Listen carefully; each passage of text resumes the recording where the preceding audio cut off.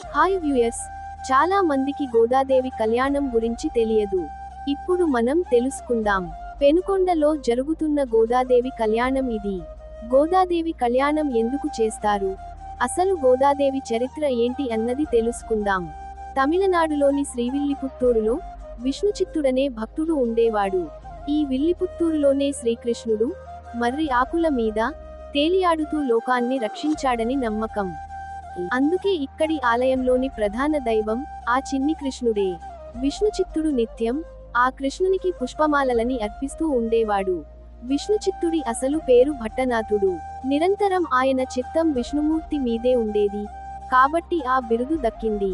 ఆయనను విష్ణుభక్తులైన ఆళ్వారులలో ఒకరిగా ఎంచి ఆయనకు పెరియాళ్వారు అంటే పెద్ద ఆళ్వారు అన్న గౌరవాన్ని కూడా అందించారు.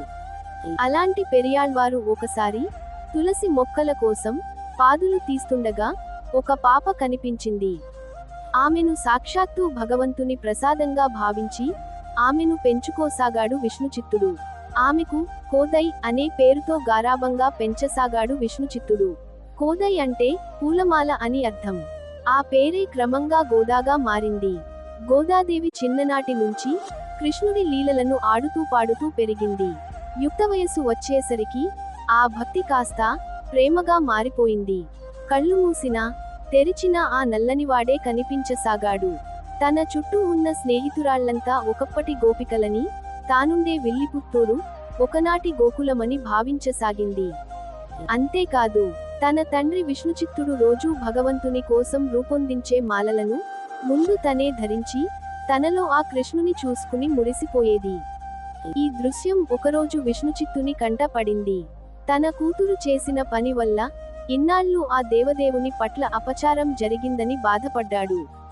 కాని ఆ రోజు కృష్ణుడు అతనికి కలలో కనిపించి గోదాదేవి సాక్షాత్తు భూదేవి అవతారమేనని, ఆమె వేసుకున్న మాలలను ధరించడం వల్ల తనకు అపచారం కాదు కదా, ఆనందం కలుగుతుందని తెలియచేశాడు. ఇలాంటి సంఘటనలన్నీ గోదా మనసులో కృష్ణప్రేమని మరింతగా పెంచాయి.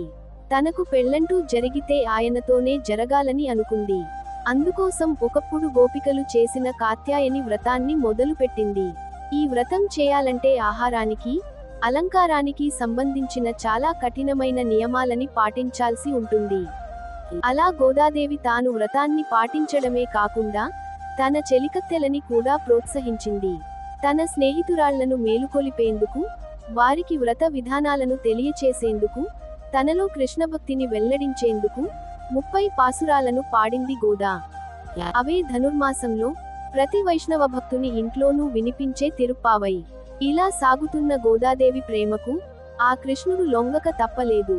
దాంతో ఆయన విష్ణుచిత్తునికి కనిపించి గోదాదేవిని శ్రీరంగానికి తీసుకురమ్మని, అక్కడ రంగనాథునిగా వెలసిన తాను గోదాదేవిని వివాహం చేసుకుంటానని చెప్పాడు.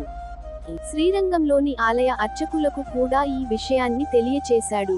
కృష్ణుని ఆదేశాలను విన్న విష్ణుచిత్తుని సంతోషానికి అవధులు లేకుండా పోయాయి. వెంటనే గోదాదేవిని, విల్లిపుత్తూరులోని ప్రజలను తీసుకుని శ్రీరంగానికి బయల్దేరాడు. అక్కడ వారి రాక గురించి ముందే తెలిసిన అర్చకులు వారిని ఆలయంలోకి తీసుకువెళ్లారు. పెళ్లికూతురిగా గర్భగుడిలోకి ప్రవేశించిన గోదాదేవి అందరూ చూస్తుండగా ఆ రంగనాథునిలో ఐక్యమైపోయింది. ఇదంతా మకర సంక్రాంతికి ముందు భోగి రోజున జరిగింది. అందుకే ప్రతి వైష్ణవాలయంలో భోగి రోజున గోదాదేవికి విష్ణుమూర్తితో కళ్యాణం జరుపుతారు. భోగి రోజు కళ్యాణం చూసిన వారికి, వివాహం కాని వారికి వివాహం జరుగుతుందని, సంతానం కోరుకున్న వారికి సంతానం కలుగుతుందని ప్రజల నమ్మకం.